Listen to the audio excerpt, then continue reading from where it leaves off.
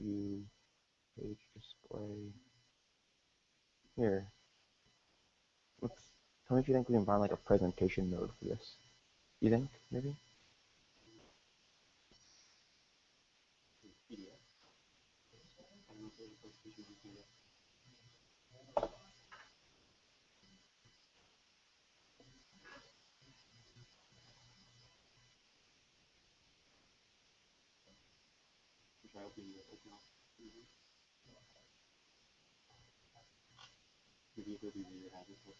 Yeah, that's what I was thinking.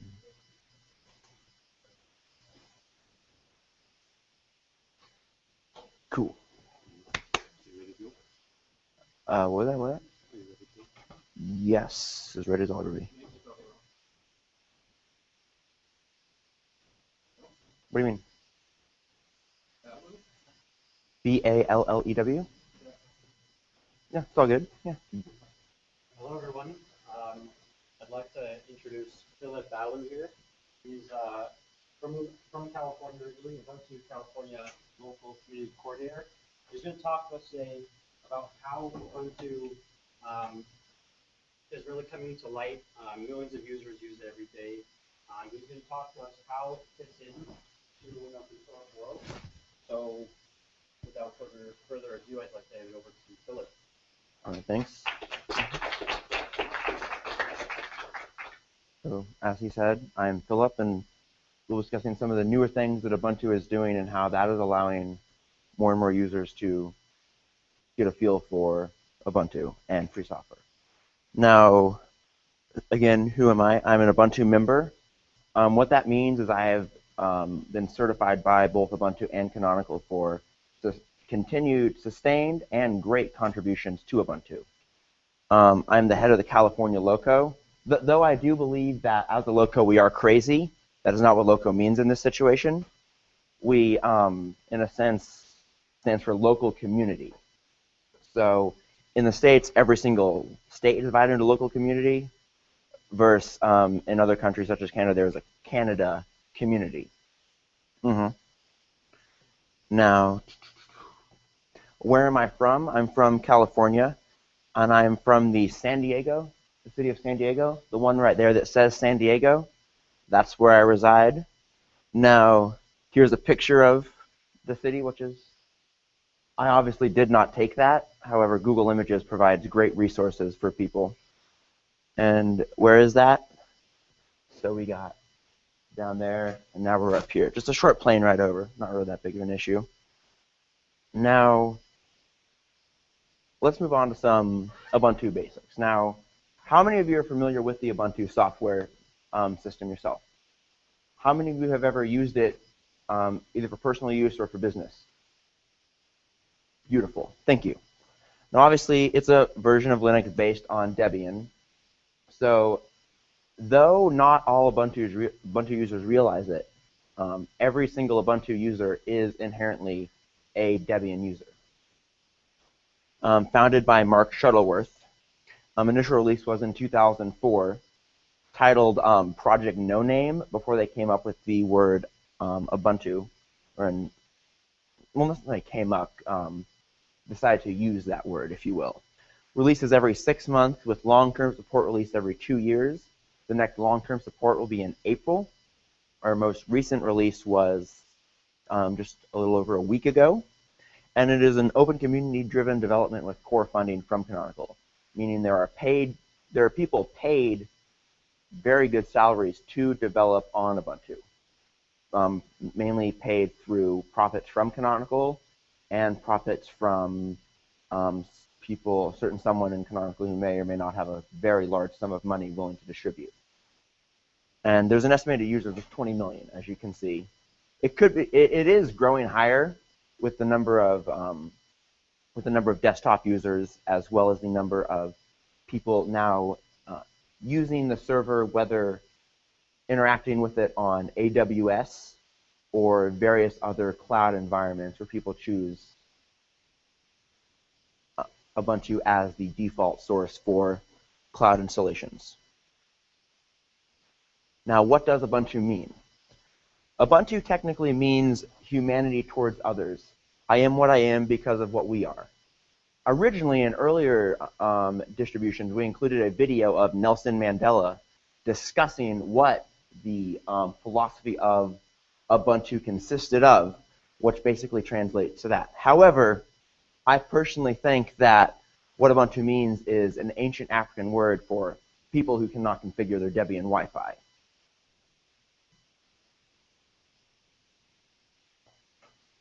Now, some Ubuntu history here, if you can see that. How many of you are familiar with OMG Ubuntu? It's one of the greater news sources for Ubuntu. A friend of mine, Joey, runs it. There's a special type of graph. I'm not sure of the scientific name for it. I'm not a scientist. I'm not Dr. Phil, unfortunately, who put that up there. You can see the release. I can shoot you a link to this if you ever want to print it out for your own use or look at it. What shows everything from the first release. Can you guys see the names on there? Yeah, up close you can come and look at it afterwards. Not a big issue. You can borrow my laptop for hours if you really need. Shows the releases all the way up to 1404 coming out in October, which we just released the name of Rusty Tar, I believe is how you pronounce it. I'm sure we'll get the official pronunciation whenever I talk to Mark again one day. Now, if you look back at the history of some of the distros we've just looked at, we see Ubuntu 4.10. Do any of you guys remember when this came out? Remember yourselves when you saw this come out. Now, obviously, as you can tell, it's missing some of the features you might have even seen on some of the more recent GNOME 2.8 distributions, such as there's no Ubuntu logo up there, just the GNOME foot logo, for instance. Transfer a little down the road to our second LTS release, which is still being supported until fairly recent on the server. For some server distributions with the ultimate stability will run older versions as well, so we can see the live environment there. I remember back then when, Brown, so I would always like to say with Ubuntu, what can Brown do for you? Like with UPS there. It's always a good thing to. Now, then we jump up to Ubuntu 10.04. Still in wide use today, especially on the server market. Now, some people would still say this was the greatest Ubuntu desktop ever, for reasons I will explain later, which are interesting. Now, we jump to 11.04. Let's just go back and forth. So we see that, and then we see this. Little different, correct? Now we open up our applications. We do whatever we want to do. However, it's done differently. And as I'm sure you all are aware, anything in the Linux community relating to change is loved very much, isn't it? Very much. We all love change in the Linux community. Yeah, so that took a few months to get over, if you will.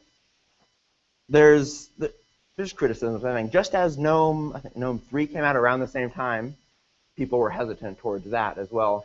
Much similar to a few years back when KDE switched some of their stuff, and that caused some issues in the community. However, this is still the most used distro and the most used desktop environment out of Linux distros today. DistroWatch is the distro. Yeah. Well, you know how DistroWatch does get their, yeah, for sure. Yeah. Google. What do you think is the #1 distro? Okay.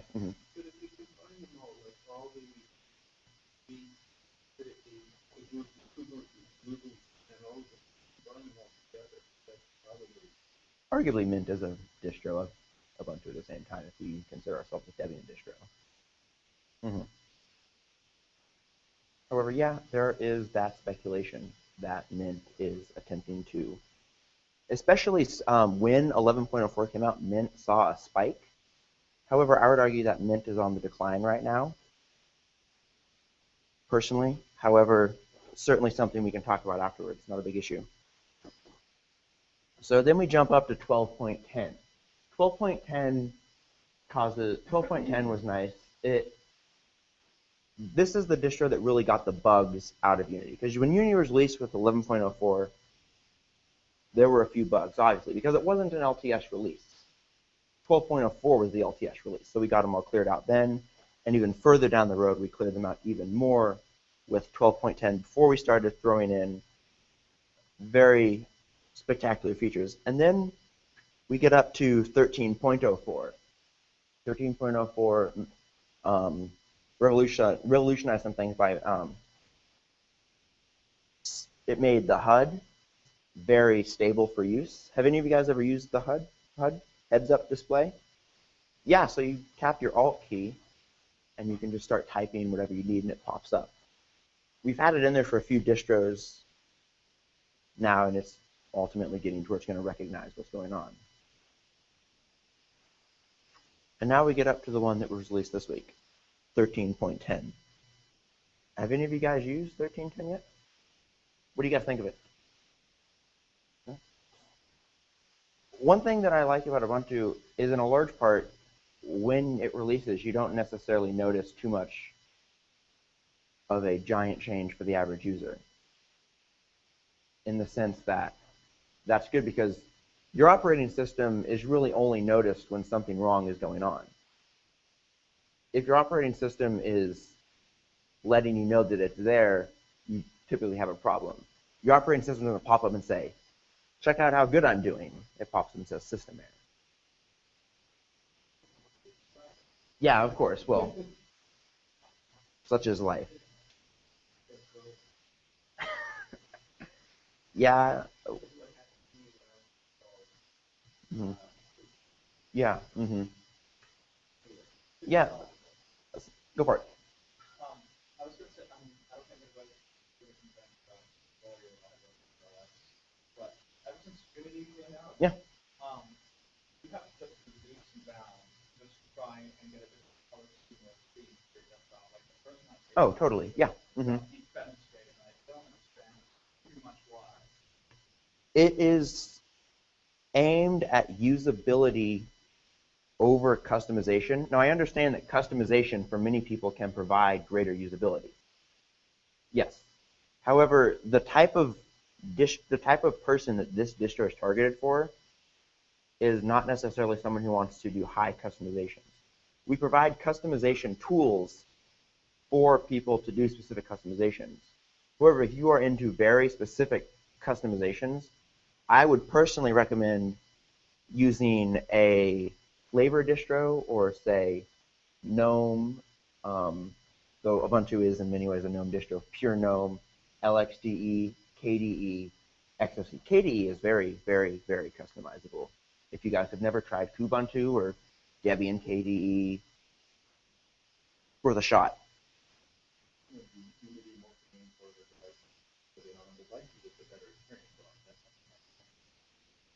I see what you're saying. Yes, we're shooting for the ability to install Ubuntu, as you see here, on on multiple form factors. I'll discuss later how we have a word we're using called convergence, to where we are converging all form factors to be able to use the same Ubuntu throughout your system. Mm-hmm.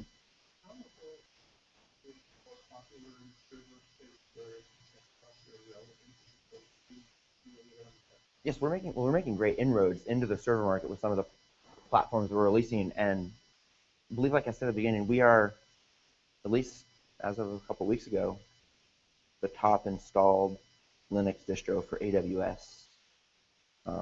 Rackspace uses us for some things. Everything. Right, Yeah. server distro, which Yeah. things up with desktop is only relevant.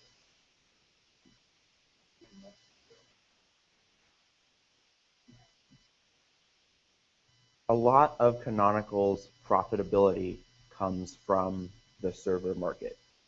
To have something such as Landscape, which manages your Ubuntu server for you, that costs a fair amount of money, and it's not something intended for me to, hey, I'm going to run a little WordPress blog here. I'm not going to go and pay Canonical to do that. That'd be for giant university, giant corporation to get a sysadmin in a box, essentially, which is very good for specific cases. Because there are some people who would prefer to completely build Linux from scratch. However, that is not what Ubuntu server is aimed at. Ubuntu server is aimed at making the Linux server for people who are not someone you would typically see running a Linux server. Because where Linux fundamentally assumes you know what you're doing. That I would generally say that is the fund.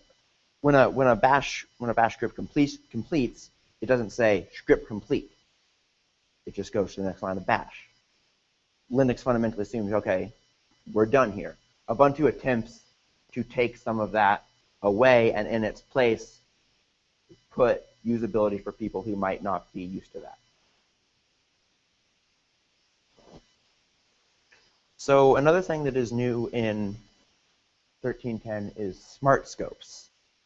It's the ability for you to search web information from the Unity dash as well. This received some criticism back about a year ago from people who thought that we were holding information of people and tracking them. Now, essentially, we provide the option for people to manually uninstall this if they are not satisfied with it. However, the majority of people that we've user tested and worked with are quite satisfied with this, so we are continuing to push it out. Mark Shuttleworth actually blogged a few months ago and has specifically addressed this issue to where Canonical has never given anything to any government source unless brought to with a warrant, and that has happened on, you can count that on a single hand with a number of times. Yeah. Just like anything else that goes on the wire, of course, for sure.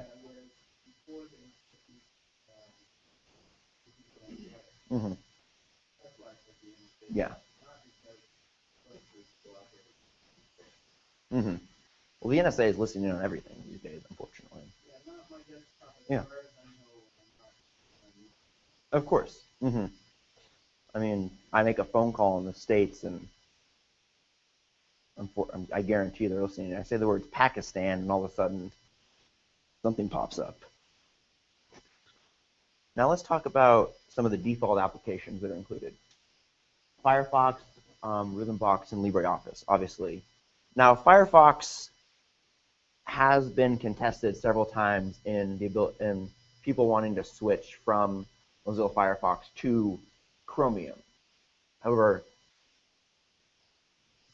every single release we probably have about 3 or 4 weeks of heated mailing list. Not as heated as, say, like the Linux kernel mailing list. If you guys ever subscribe to that, you know what I'm saying. However, there's been some contention lately. However, this distro continues and most likely will continue to be a Firefox shipping distro. Now let's talk about Ubuntu on the mobile front. How many of you have ever installed Ubuntu on any of your cell phones, if you will? There's been an SDK testing image you can put on for a while.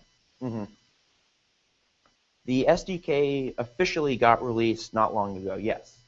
And that will be great for device manufacturers and phone producers to look at. Are any of you familiar with the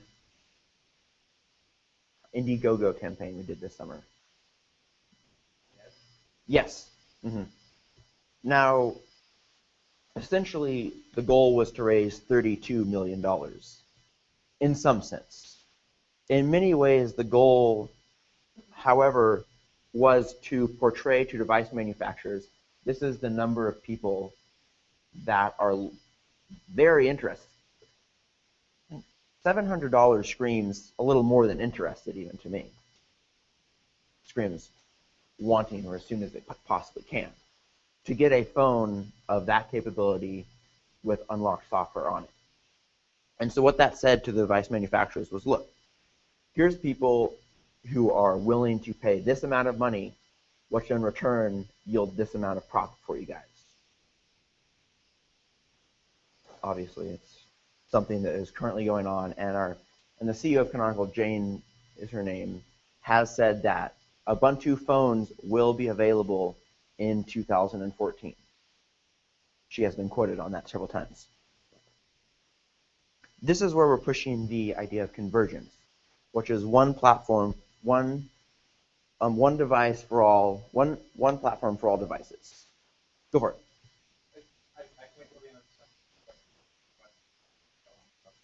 Okay, sure. Whatever. So between you guys, Yeah. Windows Phone, Apple, Yeah. and Google, right? I mean, Yeah. you're going in a bit late in the industry. Yes. One of which has this complete stranglehold over 80% of the global market share. Mm-hmm. Basically putting distributors in a chokehold and putting them to the saying, okay, you cannot make phones for any other OS besides Android. Mm-hmm. How do you plan on tackling that? I mean, how do you plan on penetrating any of that? Well, we're not just targeting North American phone manufacturers or systems as well. Yeah. Mm-hmm. Yes. Because where they have made less inroads in non-white Western nations and we're marketing lower end phones as well as higher end phones. Aside from the Ubuntu Edge-based specifications of a phone, we're also working on slightly lower end phones to market to other areas of the world as well. We also have a group called the Ubuntu Carrier Advisory Group, where phone companies such as Verizon in the States has joined to showcase a group getting together to work on phones, getting this device out there for them. So there are carriers who are interested in carrying it. Mm-hmm. They do, but they're contractually, I mean, what I've read about these Yes. really shady bastard deals, Mm-hmm. like they're literally in a stranglehold. Yeah. They're contractually obligated to put on an Android phone, Yeah. or Android and iOS phone, like Samsung. Yeah. Had a hard time trying to release their own. Yeah. And it's not an easy journey. Exactly. It's not at all. Yeah. Oh, believe me, I'm not going to sit here and just BS you and say we're going to make tons of money off, because that's not going to happen instantly. That's not going to happen easily at all. Go for it. My question is Perfect. it seems to be that convergence Microsoft has horrible experience trying to do the same user interface work on a mobile platform for desktop, Mm-hmm. simply because some of the things that work well on a desktop don't necessarily work well on a mobile. Mm-hmm. Is there a danger of following the same tool of in this great need for something called convergence, trying to shoehorn desktop features into a mobile platform and vice versa? Mm-hmm. Apple's greatest adventure was saying we're trashing everything about our desktop app interface to develop our phone stuff. I'm wondering if this discussion on convergence may be more dangerous than thought. Well, we are making apps specifically for the phone. We are encouraging people. So when you say convergence, what do you mean? The same. It's the ability to have the same interface on all devices. Was that? Yes. Mm-hmm. Yes. Exactly. Mm-hmm. Yeah. Mm-hmm.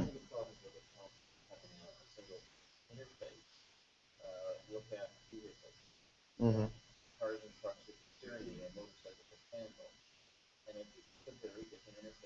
Yeah. Well, there's certainly. Well, I mean, we can make analogies such as that, but cars aren't necessarily computers for sure. Because to understand that we are putting the system onto the physical hardware, and the way you interact with the physical hardware is going to be different. However, it'll control the same purpose, implying that we put the platform onto the tablet, but that doesn't mean that because it's a desktop interface, you have to have a mouse for it. The way that you would use it would be obviously via your hands or a pin or something. Yeah. Mm-hmm. And that's what we're working on. Mm-hmm.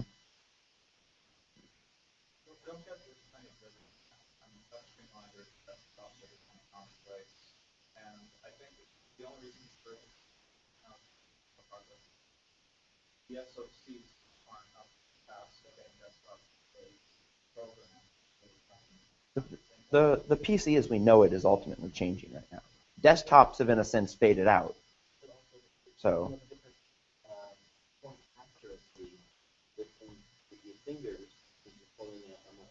yes, for sure.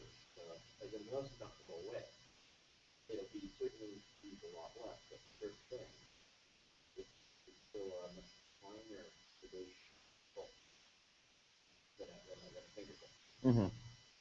For sure. Something may come in that replaces what the mouse does for a different device. However, only time can tell in many ways. Mm-hmm. Yeah.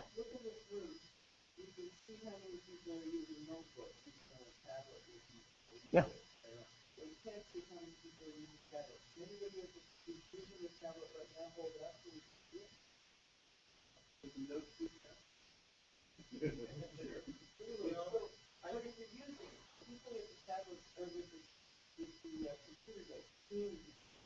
Mm-hmm.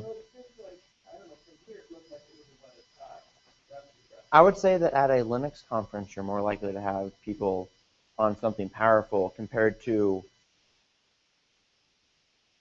yeah, to where the average go down to Starbucks down the road and the person there who wants to check their Gmail account and their Facebook account, that's what they can use it.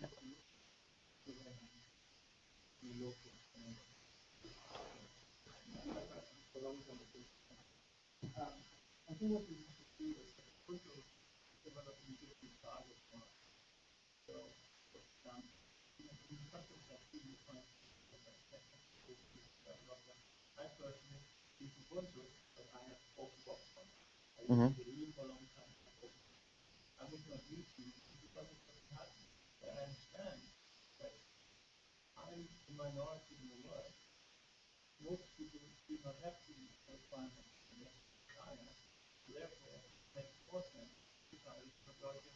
Most people would prefer a bar on the side that opens up the only 3 applications they ever will use in their life.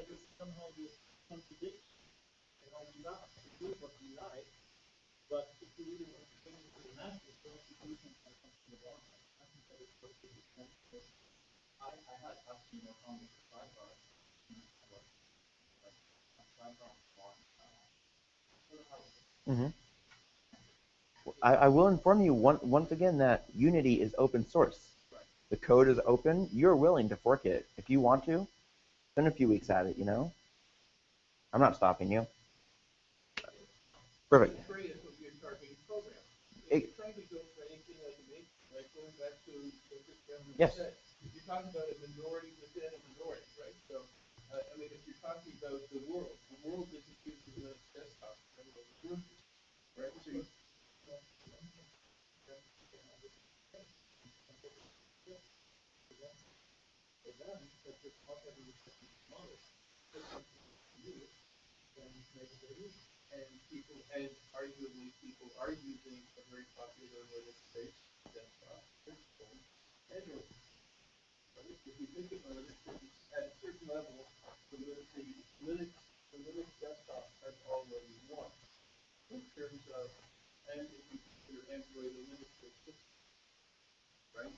Linux is currently winning on every single platform besides the desktop.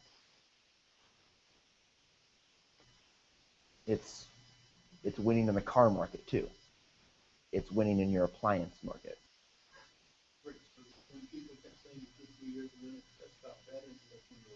Mm-hmm. Good point. All right, next slide. All right, so Mir. Have any of you guys ever heard of Mir? Yes, it is. It is one of the ways in which we are facilitating our convergence idea. It is open source to be able to test. I threw up a screenshot of the Launchpad codebase there. You're welcome to browse yourself ever. It is not included on the current recent release distro. However, you are more than welcome to install it, play with it, test it, see what you think, even provide some bugs if you want, which there certainly is a few still. There was obviously some criticism because we chose not to use Wayland. However, the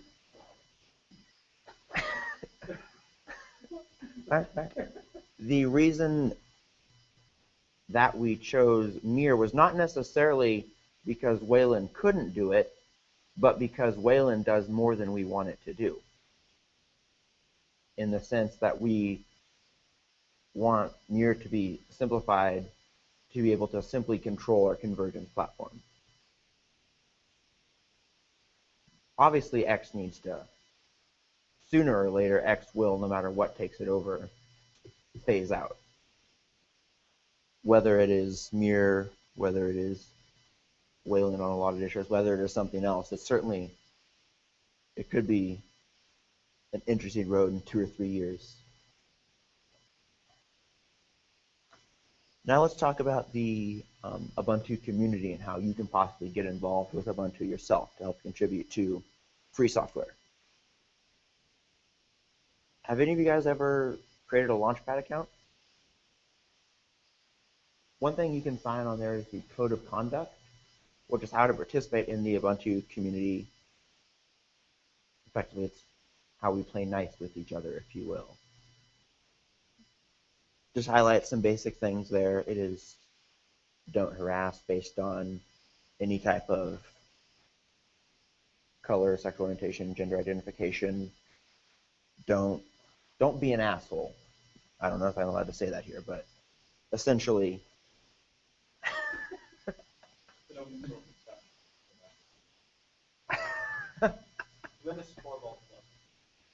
Am I supposed to say? Am I supposed to flip off NVIDIA now or something, or?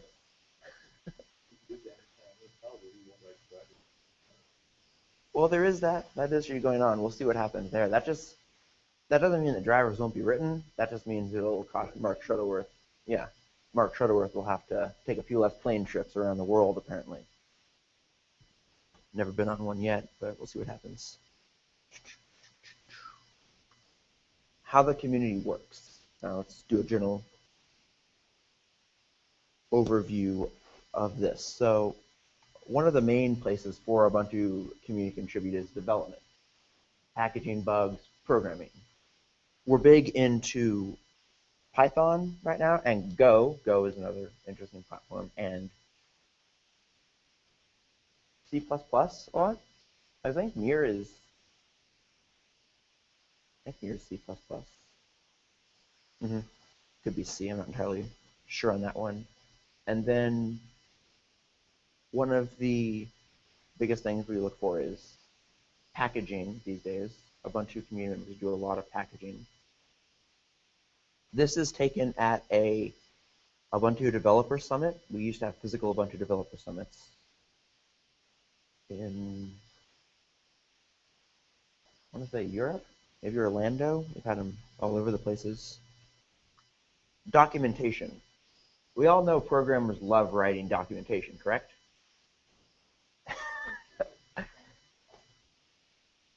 So obviously, if some programmers do not like writing documentation written by said programmer might not be as good as someone written by a technical writer or person who enjoys writing documentation. I'm not entirely sure what that is wrong with that person, that makes them enjoy writing documentation. I'm kidding, by the way. However, there's many people who contribute to documentation. Documentation for Ubuntu is actually looking for more community members to help out with the docs team. So if any of you guys want to get started with that, Google it or come talk to me and I can shoot you some links, some people to talk to. Support. Ubuntu needs quality people supporting.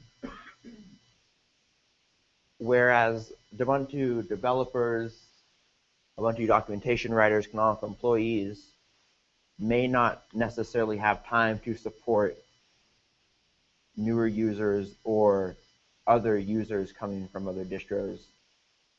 We need people to help people get started, get their feet wet with Ubuntu, even get their feet wet with Linux. I often think that Ubuntu is in many ways a gateway drug to Linux. In some ways, where you have some people start off with Ubuntu and then move to a different distro later down the road. Ubuntu used to be tagged on with their motto as Linux for human beings until we decided that Linux is a scary word. Don't use the L word, it'll scare people away. And we do not use the word Linux on our website anymore necessarily. Obviously, the feel good is good. You get that warm feeling inside. You know, I don't know if that's common for you guys, but helping others is always nice.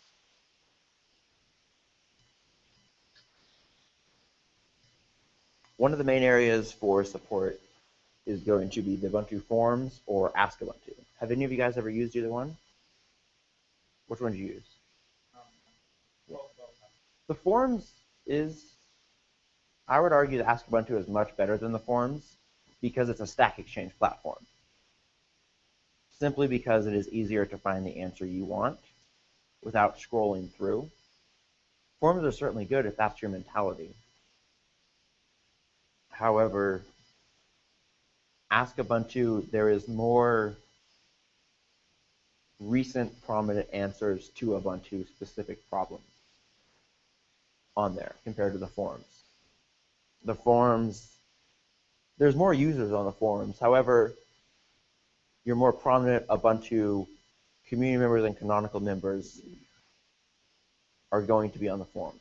Some canonical or even Ubuntu main development channels will, for IRC, will get tagged when a question gets put on Ask Ubuntu, and the paid canonical developers have to go and answer that question because if they're getting paid to make the software, I suppose. Yeah. For sure. Yes. It is. There's a new website we're setting up called Ubuntu Discourse, which is almost a discussion hangout type place for whether it be a bunch of community members or people looking for help. It's almost a forum page without, it's forums without what people consider to be the problems of forums. You can also reply to the forum via email, which is a nice feature. Not every forum does that.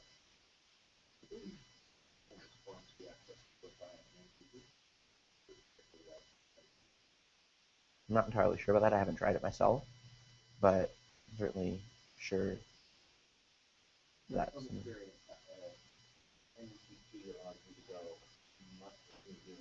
yeah. Yes, it is. That wouldn't surprise me. I mean, if something that is being used by Linux users, I'm sure there's somebody who wrote some script somewhere, obviously. Someone else say? Yeah. Yeah. Totally.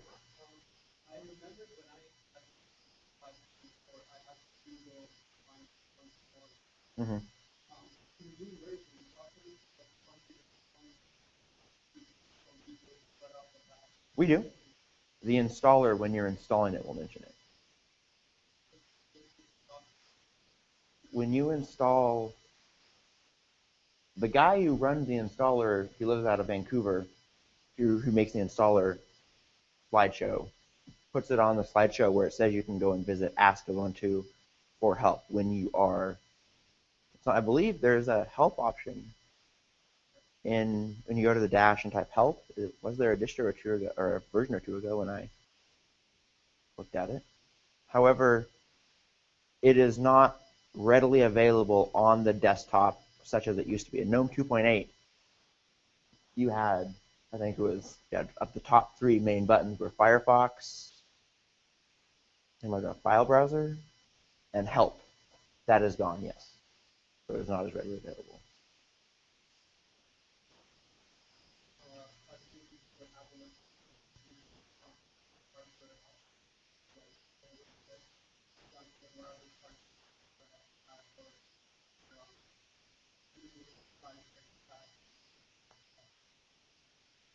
I think that Ubuntu, on a personal note, I think that Ubuntu should, after a day or so of using, come up and say, how is this working? Is there anything we can assist you with? And if they would click, yes, it's working just great. Okay, it goes away. No, it's not. And a tool comes up and says, what can we help you with? And then it points you to where to get it. That's just my personal thought, though. Go for it. Yeah. No. Mm-hmm.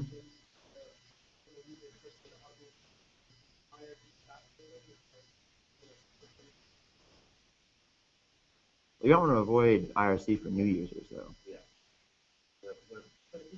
If my grandmother received an RTFM from somebody, I would be kind of annoyed. Even though the code of conduct applies on the IRC channels, and we'll probably kick someone out if they do that repeatedly. We actually, several years ago, removed someone's Ubuntu membership because they were harassing people on IRC channels in Ubuntu, calling people idiot and stuff like that. And Ubuntu can be the distro for new Linux users who do not want to increase their knowledge of Linux in many ways. What? Yeah. Exactly. There's, yeah. Design. All right. So we got you guys remember how it used to be brown and now it's purple. We have the color palette up here. You probably can't read the colors, of course. There's a website where you can get a lot of Ubuntu materials to spread around called spreadubuntu.com, which contains stuff like this you can print out and release. Locos will put stuff up there, various interesting things such as that. You can see the called pictograms. They'll go on Canonical's website occasionally. Some of the design team makes them. People who actually are like artists and make things look good. Something I'm probably not very good at myself. All right, just one more slide here. Community governance. The community itself has several ways in order to govern the entire body that make up Ubuntu community members, as well as occasionally Ubuntu users. That is set up with locos that are controlled by the Loco Council. The Loco Council will approve and deny Loco's official local community status. An approved Loco gets several things, such as a giant-ass banner sent out from Canonical for you to display around. So back in my home, I have maybe a 10-foot by 3 feet banner, or I don't know what that is, and whatever. All right.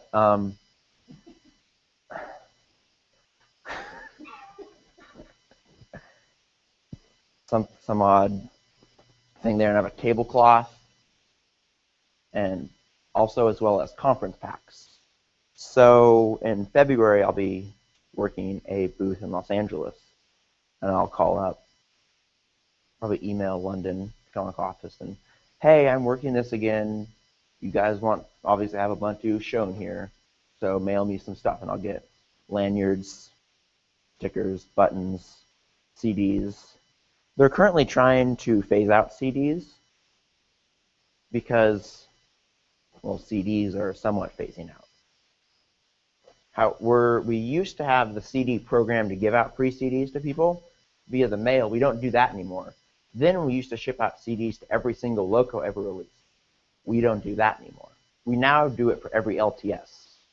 So I have about 300 LTS 12.04 CDs that I'll be giving out in LA in 4 months. The head governing board is called the Community Council. The Community Council is run by various community members as well as Mark Shuttleworth, who sits on the board. It's a great way for community members to tell Mark what they are interested in or mad at, or Mark to tell them what's going on. It allows for greater community canonical feedback. However, community and canonical feedback is increasing or attempting to be increased as we speak. The Community Council is currently the greatest way that we have for feedback to canonical directly, except for, say, blogs or angry rants on IRC, which occasionally angry rants can always solve something, but that allows community members to directly talk to Mark. Mark knows there's a lot that community doesn't matter. Yeah. So how's that make you? As a user, as a community member, Canonical has done a fair amount of things that many people in the community can see as ostracizing. One thing was changing physical UDS to virtual UDS, to where they're no longer flying community members out to wherever they want to, anywhere, and now it's Google Plus based. I think personally that Canonical is attempting with the phone to make one last effort in many ways to attempt to make a profit, or else they're going to slim down to make a profit. Canonical could be making a lot of money right now if they were simply a server-based company. In many ways, the desktop does not. The desktop does not make as much money as the server. That's a known fact. However, the desktop is essential to their convergence plan, and that's what they're working on today. Is there any possibility of /Red Hat structure, or Ubuntu versus Yes, there is talk about they've obviously considered that. However, Mark Shuttleworth fundamentally feels that Ubuntu should not be charging for its operating system. All right. Is there any other questions or complaints? You're welcome to come up to me afterwards and yell at me too, but go for it. Right here. So, the title of the talk was how does Ubuntu fit into the open source Yeah. community world? And I want to say devil's advocate. Go for it. I said it a few different times, but I'm really having trouble with some of the Ubuntu class on a canonical decisions. I wanted to read these. I'd love to hear them. So let me raise this quickly 4 points. First point, canonical and Ubuntu are negligible contributors to some of the large projects out there that we use. For example, kernel, OpenStack, and so forth. Yes. Second comment, Ubuntu or canonical contributes non-open source code. For example, some Blaze drivers, but also products such as Ubuntu Lens. Which interestingly is called Ubuntu Lens, but it's not canonical. It's very true. There is much hesitation and much annoyance in the Ubuntu community for canonical using the word Ubuntu. So say the Ubuntu community manager is by many people's eyes seen as the canonical community manager, or because Ubuntu is a much more well-known word than canonical. Ubuntu is trademarked, and so canonical controls what goes on with that. Yeah, go for it. If I want to do some of the open source projects that are originally by Yeah, I know what you're saying. which allows them to be so that I contribute under a different license It's true. They could fundamentally take what you write as open source and change it to closed source. Right. Yes. Okay. So when I put all these together, the pattern is maybe worrisome. The pattern It is. that there's a facade of open source and a facade of contribution, but I see that Canonical and Ubuntu's resources are largely focused on what they consider differentiating things such as Ubuntu and Mir and so forth. And even there, there's the right to keep those things such as Mir and make them proprietary. And yet, the massive open source base that they built upon, the kernel and so forth, I see minimal contribution from specifically the company and to a lesser extent the community to those projects. They obviously are unable to contribute as much as, say, Red Hat would because of the size. Obviously, Canonical has several hundred employees, whereas Red Hat has thousands. However, Canonical makes large contributions, not necessarily based on the amount of code produced, but the amount of free software they take that code, the amount of free software from that code they're able to take and put into users' hands. In some ways, they contribute upstream to many projects such as, or they contribute free software which is taken upstream, such as Upstart, Juju, a server platform used by Debian and put on Debian and Fedora repositories. They contribute to Mozilla. They do contribute to OpenStack, and they do contribute to the kernel, not as much as many people would like to see, of course, however. Microsoft, for a while, was the 5th largest contributor to the Linux kernel. Yeah, it's true. And that is something that when Canonical makes a greater amount of profit, will most likely increase its contributions too. Go for it. So, like, one recently had this foray with games. Yes. Are playing in-game and looking but going forward, I mean, you're like on the hardware and driver device plugins, like how do you see yourself not like steering away from the direction of it? Look but don't touch. Open source. But now Canonical and Ubuntu have input. Yeah. So, it's interesting because you're kind of having an identity, right? Yeah. Well, it's almost the difference between open source software and free software. Whereas open source software is software you can look at, versus free software is software. Free software is fundamentally about people and community. Without people and community, you have open source software, and you do not have community. Where, one second, and then to where your point was on how, refresh my memory again.